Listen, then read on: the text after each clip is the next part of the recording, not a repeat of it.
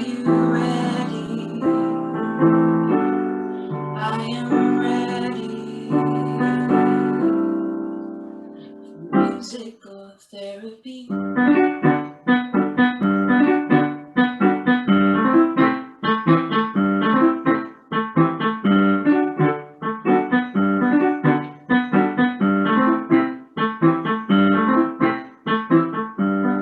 Take a walk down the street.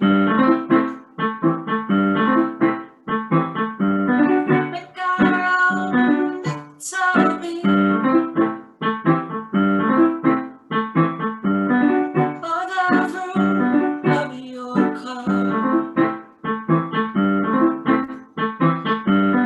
We can go so far, so far. I am ready. Are you ready? I am ready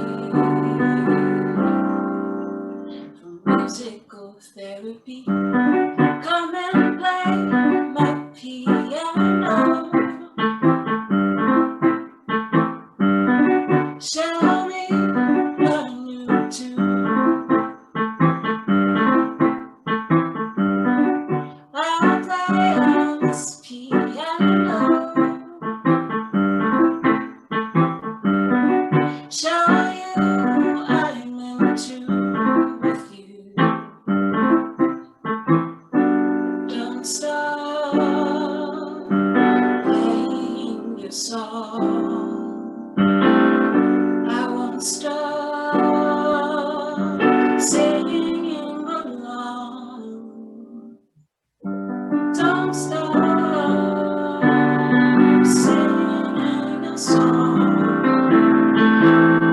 I won't stop singing along.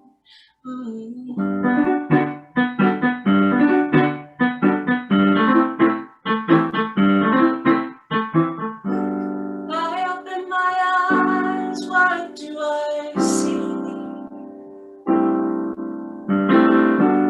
I see you in front of me.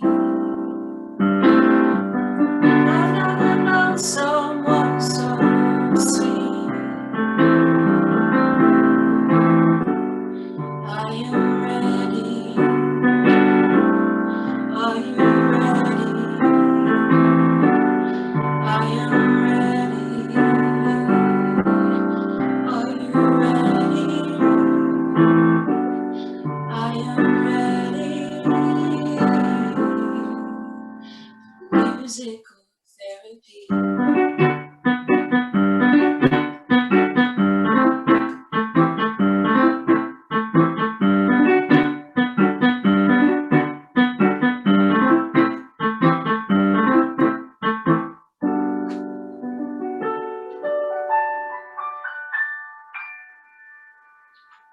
That was awesome, Kaloni. I Thank you. really liked it. Everyone else is muted, but you guys, you do have little reactions. If you want to do applause, you could do one of these. Thank you. I really enjoy it live as much, if not even more than the recording. So I'm really glad we got to do this. So you got one more as people are starting to gather. It's just about 7 o'clock now and people are starting to come in. Okay. Okay.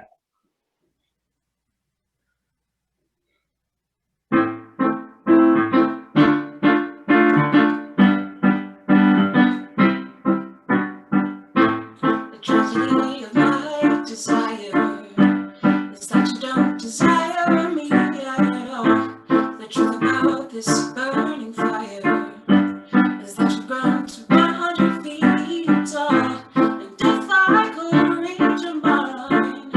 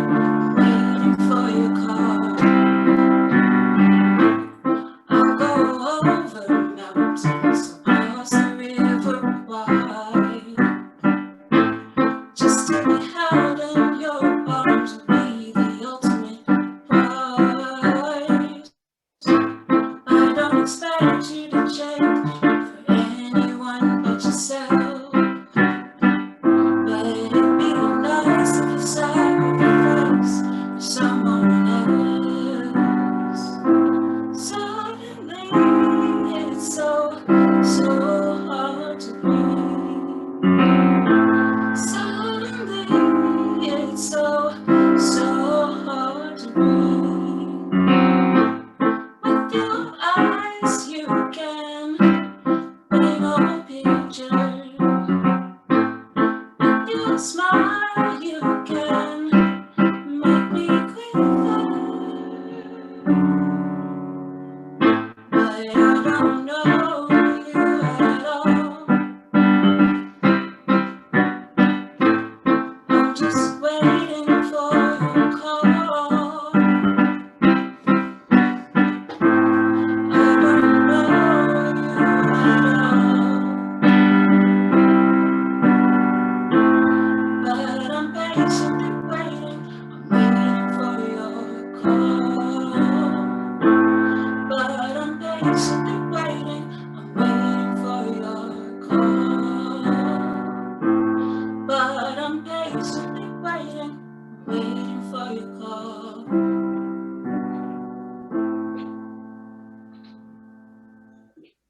All right, guys, you could use your little reaction since you're all muted, but I'll say for everybody. I see everybody clapping.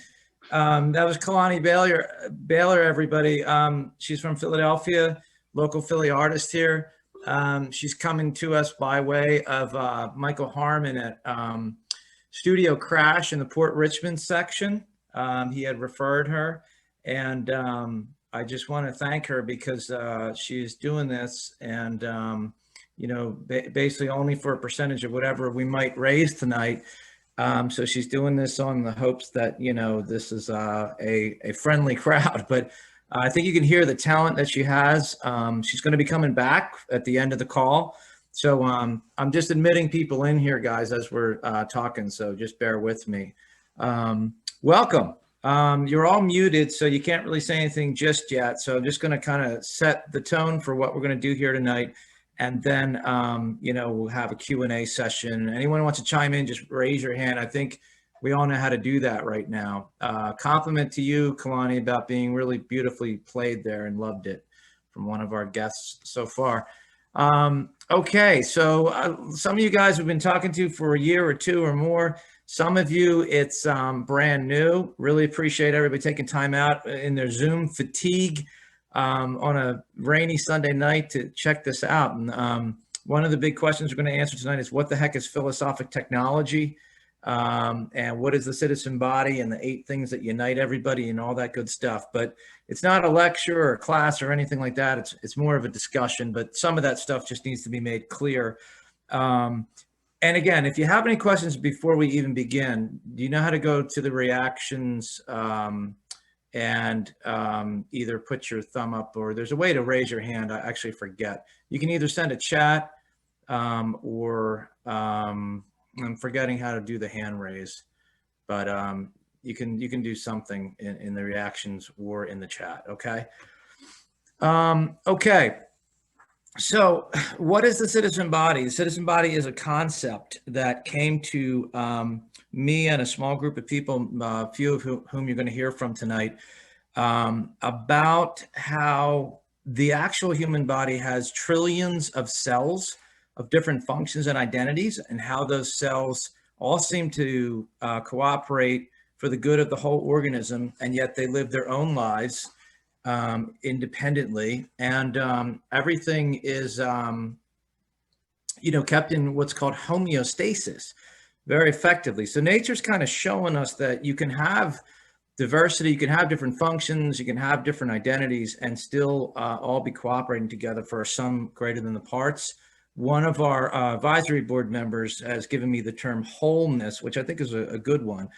And in talking to people over the years and kind of looking for a better path than politics, we started to form and coalesce into a little group that came up with this idea of, you know, uniting features and working from all those things that unite us out, instead of working from all the stuff that divides us in. Because there's a nationwide cultural fatigue of all the stuff that divides us. And I think everybody's pretty exhausted at this point and really tired of hearing about it, and tired of trying to get truth and information too.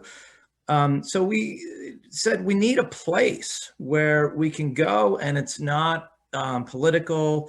It's not pushing any particular individual group. And the funny thing is we kind of came up with this concept of it's really a group that's not even a group, because we're all already in one group called the human race.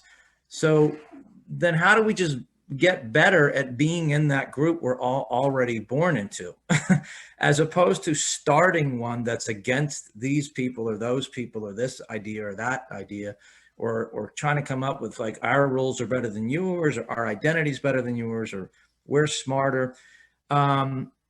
It really was born out of the conversations and me realizing how many reasonable center, and even not center, but just reasonable, whether they were on the left or the right, and just what was more important than any of that other stuff. I'm sorry, so just letting a couple more people in. Yeah, and so I want to start hearing from some of the people, but I'm just checking to see who's here. And okay. We have Angela. Is Angela here yet? Okay. I'm not a pro, guys. I'm gonna have to go to gallery view here because I was trying to do this by speaker view, but that's not working out because I can't see who's in the room. And don't forget, if anyone wants to talk, you just raise your hand. That's how you do it. Okay. Full screen.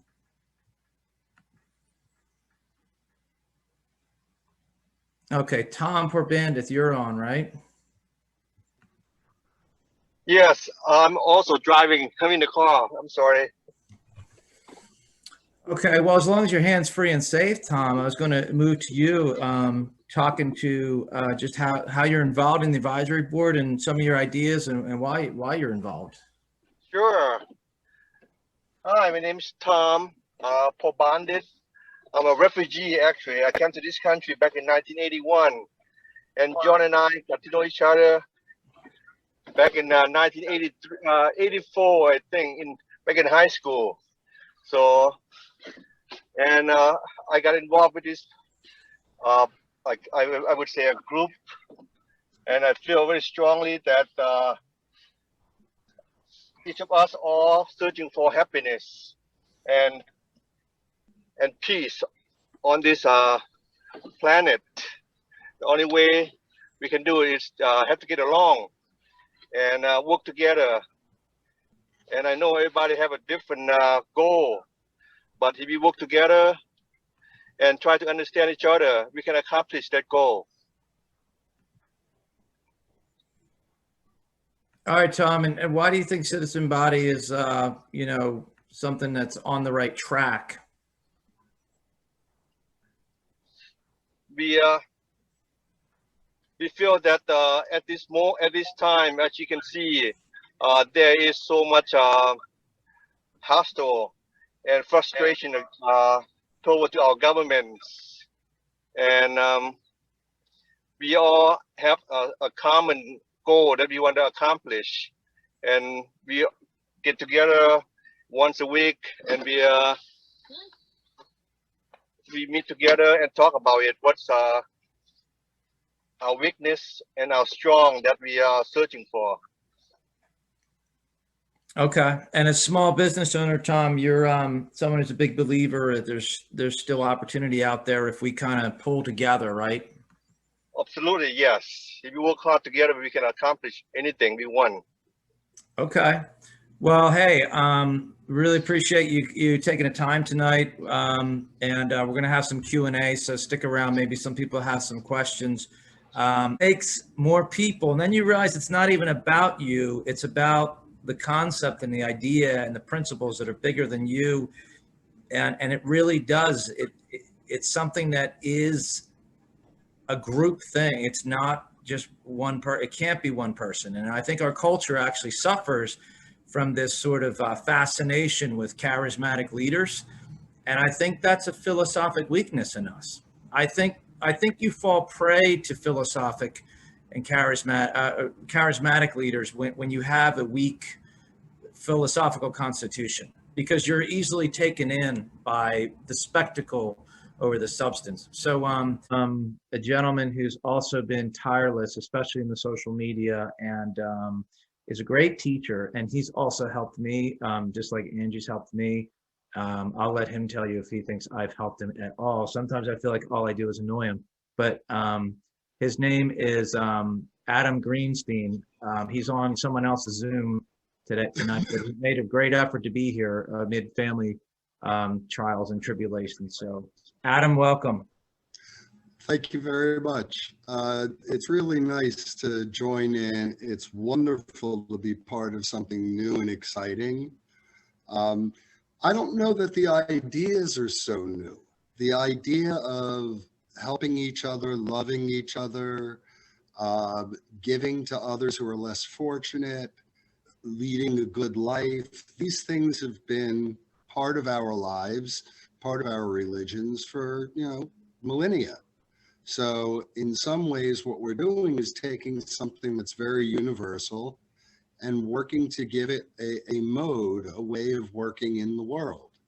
I kind of see myself as, because I do love teaching, and that's been a large part of my professional life, that's kind of what I see my role as being.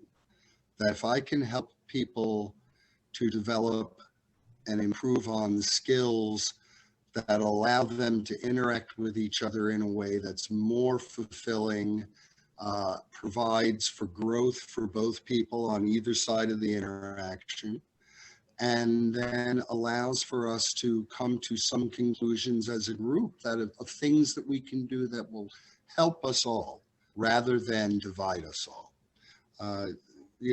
I joined with John when I met him on Facebook. I got to talking about the citizen body and the concept, and what was attractive to me was the ethics. Much as Angie was pointing out, I've spent most of my life working from a certain perspective. I've worked in mental health, and part of that modality that I've used is that everybody can learn and grow. And so the citizen body encourages that it's an opportunity for all of us to learn and grow together. And my hope would be is that as part of the organization, I'll be able to help that process to occur, both through specific skills training and sharing of experiences from my life, as well as a passion for people and interaction. I love learning. And part of the citizen body is the elevation that comes with gaining new information, from learning others' perspectives, and from understanding that life isn't a battle of who's right and wrong, but rather a struggle that can be done side by side about all of us having something improve. I don't have to win a discussion, if that makes sense. Rather, the discussion can give both people gain and experience. I don't have to convince anyone to be different than what they are. I particularly loved the analogy of the citizen body being a body, a physical being, that we are all individual cells within one entity. And that just as in the human body, each of us has a role. I worked in mental health for a while. I worked in trucking. I've done massage therapy. I've been parts of different organs, so to speak, of the citizen body. And each organ that I've worked as a cell within has done something for others, as well as providing for me. The obvious is you get paid for the job that you do. But there's the other impact that happens with interaction. It can be as simple as I walk into the store and I hold the door for the person behind me and I give to them. And then if you do that, you often notice they hold the door for the person coming after them. And that kind of thing is what the citizen body looks to do, pass along that positive strength and energy. I'm really happy that this is something that's getting started and moving, that I can take part in it. I hope to contribute more and more as time goes on. That's why I'm here. Well, thanks, Adam, and likewise to you. And you're in one of our podcasts, which hasn't officially aired. They're not live podcasts; they're pre-recorded. So, our first newsletter came out today. If you didn't get it, I'm going to put the link that you can subscribe to it. And the first podcast is not Adam's, but his is coming soon. But he talks about something called Discovery Dialogue, which is something we want to teach, and Adam might be teaching some of our workshops or courses, because everyone knows what critical thinking is.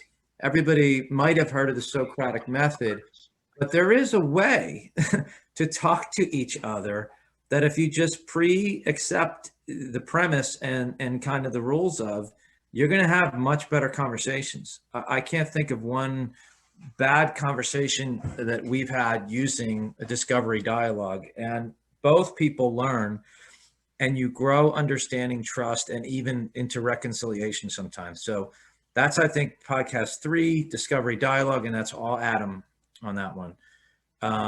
So just to keep things moving and, make sure we kind of hit our deadlines, because we want to get back to Kaloni at the end here.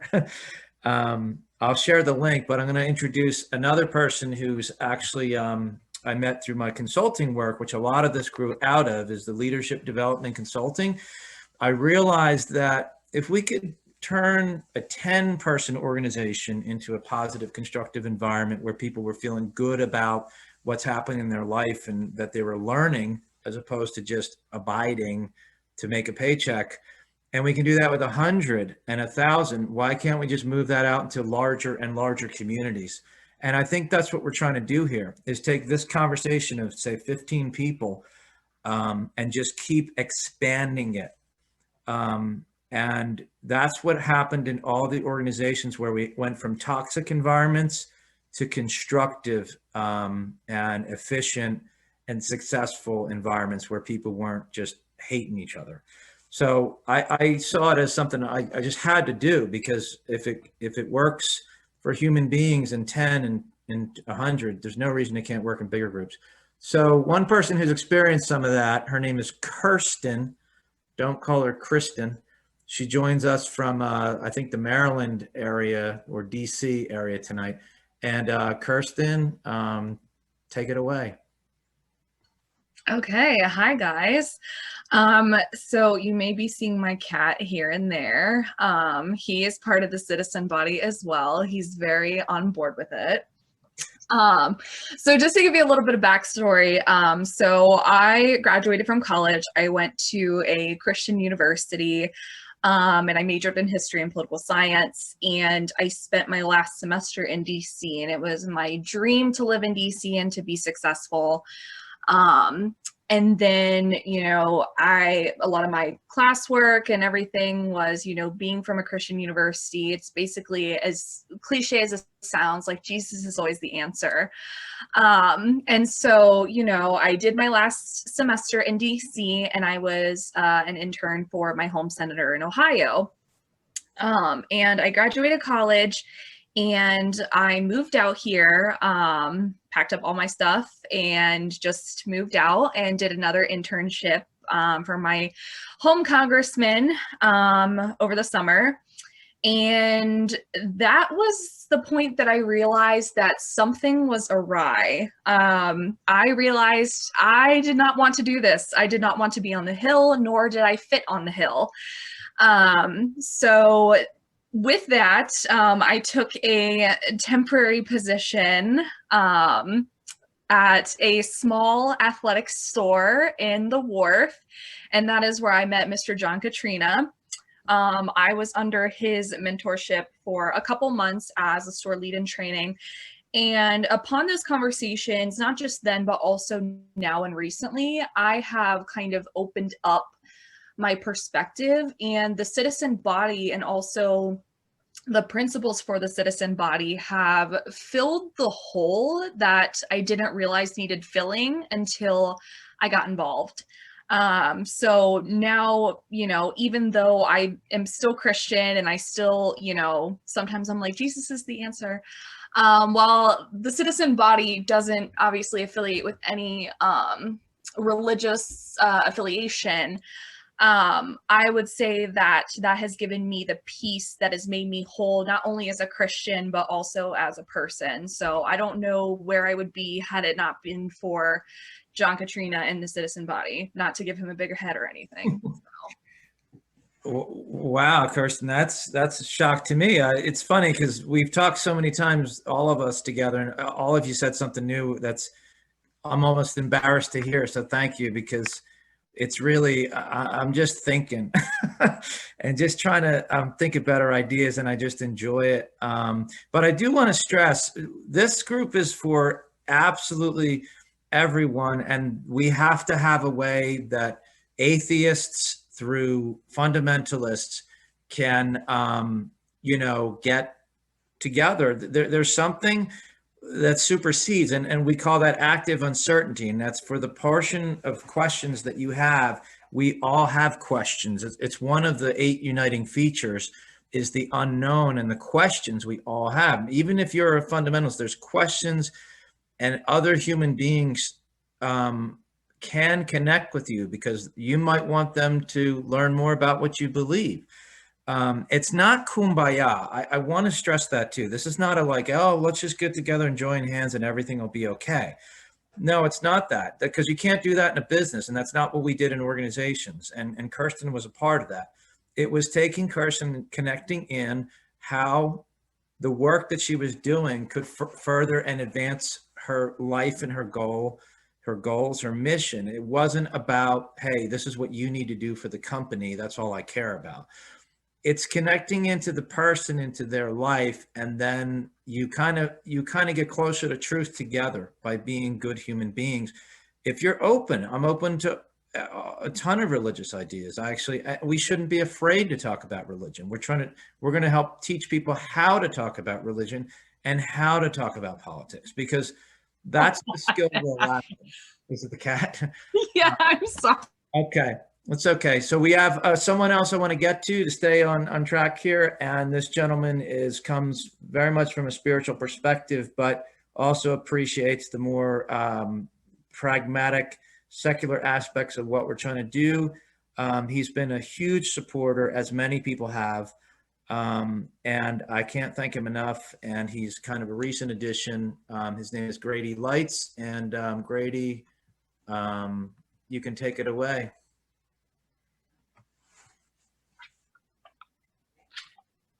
I met John at one of Andrea Swinton's forums on race.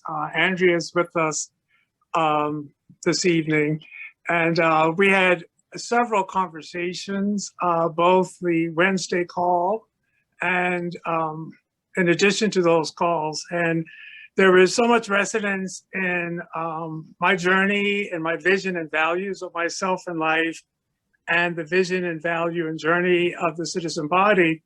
When John said he'd like me to share my thoughts, so many things came to mind. And because I tend to go on and we only have 3 minutes, I decided it would be sensible to write out the impact that my engagement with the citizen body has done for me so far. I timed it. It's actually 4 minutes, so please forgive the extra minute. I participate in the life events of the citizen body. I donate to feed our body.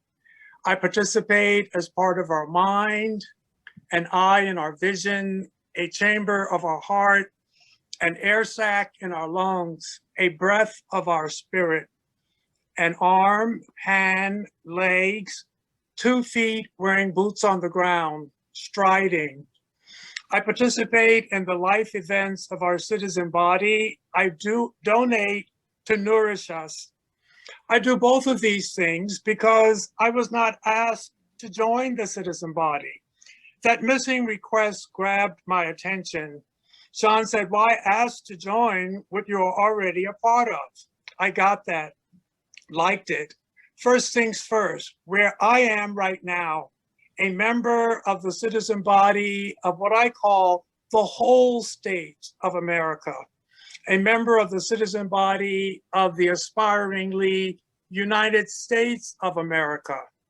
The missing request resonated. It hit several chords and keynotes. It said so much. Everything lined up in my mind. Yes, yes, of course. Start with where we are first and foremost, and let's move forward from there. Simple, direct, logical, visionary, inspired, confident. John referenced two events in the life of our citizen body: the divisions, polarizations in America, the other, the ongoing disproportionate distribution of resources, wealth, influence, and power in our country, and the cancer they cause. These events in turn trigger logical action responses by our citizen body. Two of these stand out. First, communicate. Communicate clearly, coherently, and consistently about both of these events. John mentioned elevated conversations. Again, starting from where we are now, progressively raising the level of problem finding, opportunity finding, and solution finding, one step at a time, like climbers scaling Mount Everest. Wow. The term discovery dialogue came up. Another ringer, another winner. Starting from where we are now, what we know, conversing openly and honestly to find out what we don't know. Blind stops are game stoppers. Discovering them are game changers. Discovery dialogue does that. At least my understanding of it does. Discovery dialogues opens doors to the more we have in common than meets the eye, and the windows of opportunity which let in drafts of fresh air, breaths of new life, and open out onto new horizons. The second action response, educate. I immediately associated this action response with the four smalls John talked about: news small, vote small, shop small, art small.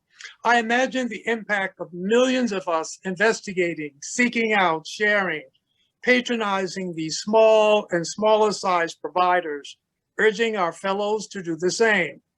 Redistributing wealth, influence, and power does not have to wait for legislation and Congress. Our citizen body can instigate this seismic shift, one transaction and one donation at a time, starting today, right here, where we are right now. Micro efforts with macro visions and intentions multiplied millions of times can create macro transformations. What wise words are these? Don't forsake small beginnings. Wow, that was really poetic, and I felt that, Grady. Thank you, man. That's Very welcome. yeah. It's funny when you've spoken so many times, and that you hear it presenting it to other people. So thank you. You said some great things, and that's why this can't look. We're getting applause here. That's why one person can't do this. This is not a cult of personality. It's not a thing. This is something that I think just a concept that needs to go on, that people need to, bring it to life. So thank you for that. That was great. Sure. And so much said that I can't even stop to think about each one, but you hit everything. You really did. So thank you again. And so now I just want to real quickly, because we're kind of going a little bit long, give everyone else, anyone who has an opportunity or a desire to ask a question about, the citizen body. I didn't school on philosophic technology. Maybe you want to hear a little bit more about that. It's a lot simpler than it sounds, or the 8 things that unite us. But I think the best way, I don't know, the hand raising is just maybe hit the reaction and throw the thumbs up or something. But if no one does have a question, that was great. Thank you, all of you, for what you said. I think it really did a great job. So I just want to thank, if you're thinking of questions, some other key people that have been super helpful. Tommy Link does our comics every week, and he's doing them at an incredible rate. He's donated, I think, the first 3 or 4. So we're going to have 1 comic a week. If you didn't get the newsletter today, I put the link to subscribe to everyone. So thank you, Tommy. Suzanne Hill does our podcast. She volunteers her time once a week. And there's a lot more work involved in that hour that she's actually doing it. David Carlin edits that and produces the podcast. John Staley has spent 3, I think, Saturdays in the freezing cold with me. John, can you wave or something? Is he still here? Maybe John had to get off. But John has been doing a lot of videography for us. Danny Ehrlichman, I'm not great in economics, but he really helps get me straight on the Fed and all that kind of stuff that's going on that's at the macro level. Moral support as well, Mr. Ash Kernan, who is a musician and attorney. He's an entertainment attorney here in the city, also good for entity establishment, and just great conversations. So really appreciate his support too. Rob Ziegler, Andrea Swinton, where Grady and I met. She does fantastic work in counseling of various types, leadership development, coaching, and she's also helped me personally. Imrai Merritt helped us with our marketing. Mike Collega, Randy Robinson, and Ted Richardson with their donations. So I think I hit everybody. Any questions in the meantime? Anything specific? All right. I think Chirstin's got a question. Okay. I went to unmute Chirstin and it switched to Grady. Hang on a second. Chirstin? Okay. So I don't know if you'll be able to do this because I know you love to talk, John. So if you could condense the citizen body in 1 sentence, what would it be? We're all already a part of the citizen body. It's not about joining a group. It's about being better in the group we're all already in. Using philosophic technology. That's the tricky part. Okay, so we got, looks like Michael Harmon. Michael of Studio Crash is here with us, who helped us find Kaloni. I'm trying to unmute you, Michael, but I think you might have to unmute. Yeah, there you go. Okay. Were you asking me a question? Oh, no, I thought your hand went up. I'm sorry. No, it was just applause. Oh, applause. I'm sorry. Yeah. Okay, thank you. It was just the hand clapping signal without trying not to interrupt. Okay, thank you. Danny, I guess you were just applauding too then? Then I have from Melanie, my sister, she said, explain philosophic technology. Good question. Does everyone else know already? All it is everyone understands what technology is. And by the way, this is our 2-minute micro lesson in the newsletter. There's a little video on it, but everyone understands what technology is. You know, iPhones, cameras, laptops, rockets, Teslas, everyone gets it. It keeps getting better and better and better and more and more powerful, really, right? We're taking lightning bolts and we're turning them into iPhones. So, you know, that's what technology is. We all understand it. It's taking raw energy, oil, gas, electricity, anything, wind, turbine, and turning it into something really productive and useful, right? Well, then you have philosophy. Philosophy is kind of trying to do the same thing.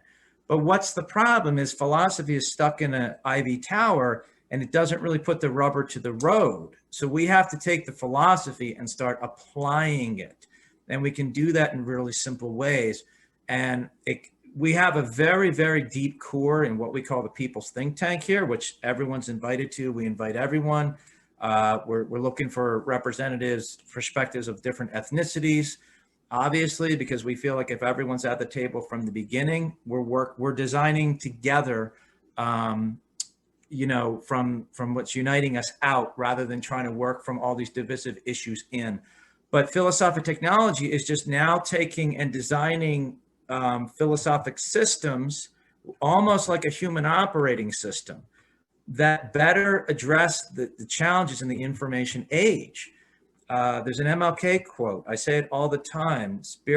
Science has outrun spirituality. We have guided missiles and misguided men.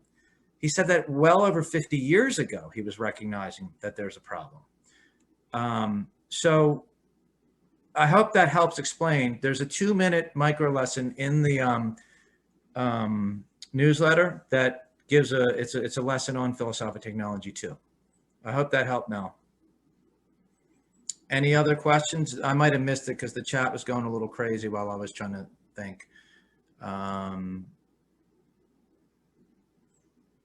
Any other questions, or are we good? Okay, I'll briefly just say there's 8 things that we've identified that unite all human beings. First is very obvious, we're all human beings, all one species. The second is human responsibility. The third is the human unknown, all the questions we have and the things we don't know is infinite compared to what we do know. There's human reasoning, which is unique, human humor, which is unique. Emotions are very complex in humans, and that unites us all. We can all relate to feeling emotions. And then, of course, this big planet that we share until we get to colonize Mars. But even then we only have 2, right? That's not that big a deal. And that's probably at least 12 months away, right? So I covered that. Is there anything else anyone had a question on before we do a little bit of our next item up here? Good. All right, great. Well, thanks everybody for coming. I got a couple more things I just want to say. That en masse, Grady kind of referred to this, a couple of other speakers tonight referred to it. We saw this in GameStop, the power of the group, the little things, and I think Grady put it as micro acts and macro effects, or something to that effect, Grady. You'll correct me. I probably got that a little twisted, but it's that tug of war thing. If we all could pull shopping small, flood all our money into small businesses, if we pulled that rope to vote small, if we pulled that rope to get smaller news, we have 2 news organizations we recommend to you that we went through and tested, and they're not the be all end all, but we think they're the best of what's out there right now to start getting better information. And then if we art small, we're arting small tonight with Kaloni Baylor, who's about to come back. I'm going to put up a link. This is a free event, but if anyone feels like they want to make a small donation to do the en masse power, you're more than welcome to do that. And anything that you donate tonight will help give Kaloni Baylor a percentage for her bringing her talents here as we try to support small musicians. I'm also going to put the link up so you can follow Kaloni and her music. Before we bring Kaloni back on, any questions or comments? Okay, well then, Kaloni, I don't know if you could hear me. Are you ready? Yep. Okay.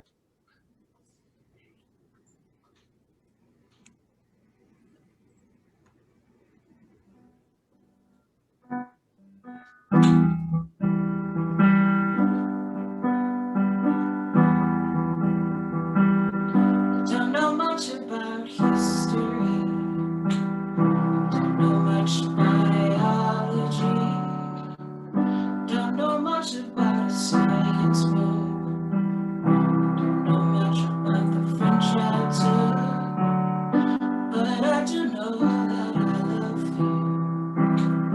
And I know that if you love me too, what a wonderful world it would be. Don't know much of geography. Don't know much trigonometry. Don't know much about algebra.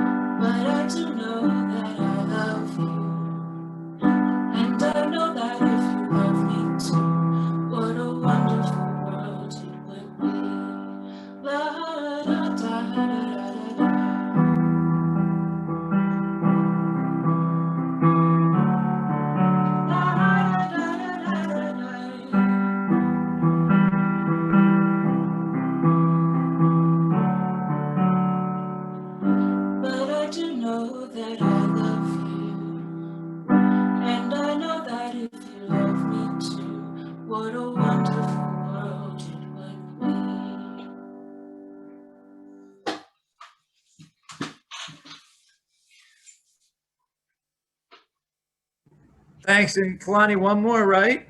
One more, yep. Oh, awesome. Thank you. One of your originals now, right? Yes, this one's tonight. Thank you so much. Mhm.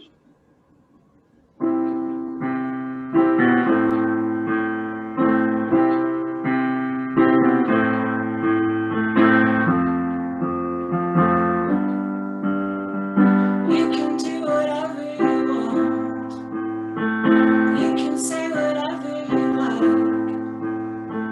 Darling, could you just tell me if you're alright? I wanna walk in the morning sun and dance on an autumn night. Darling, could you just tell me if you're alright? I'll never learn how to read your body language. It puzzles me in so many ways. Stop all your games. You've always got me guessing. Just tell me how you're feeling today. You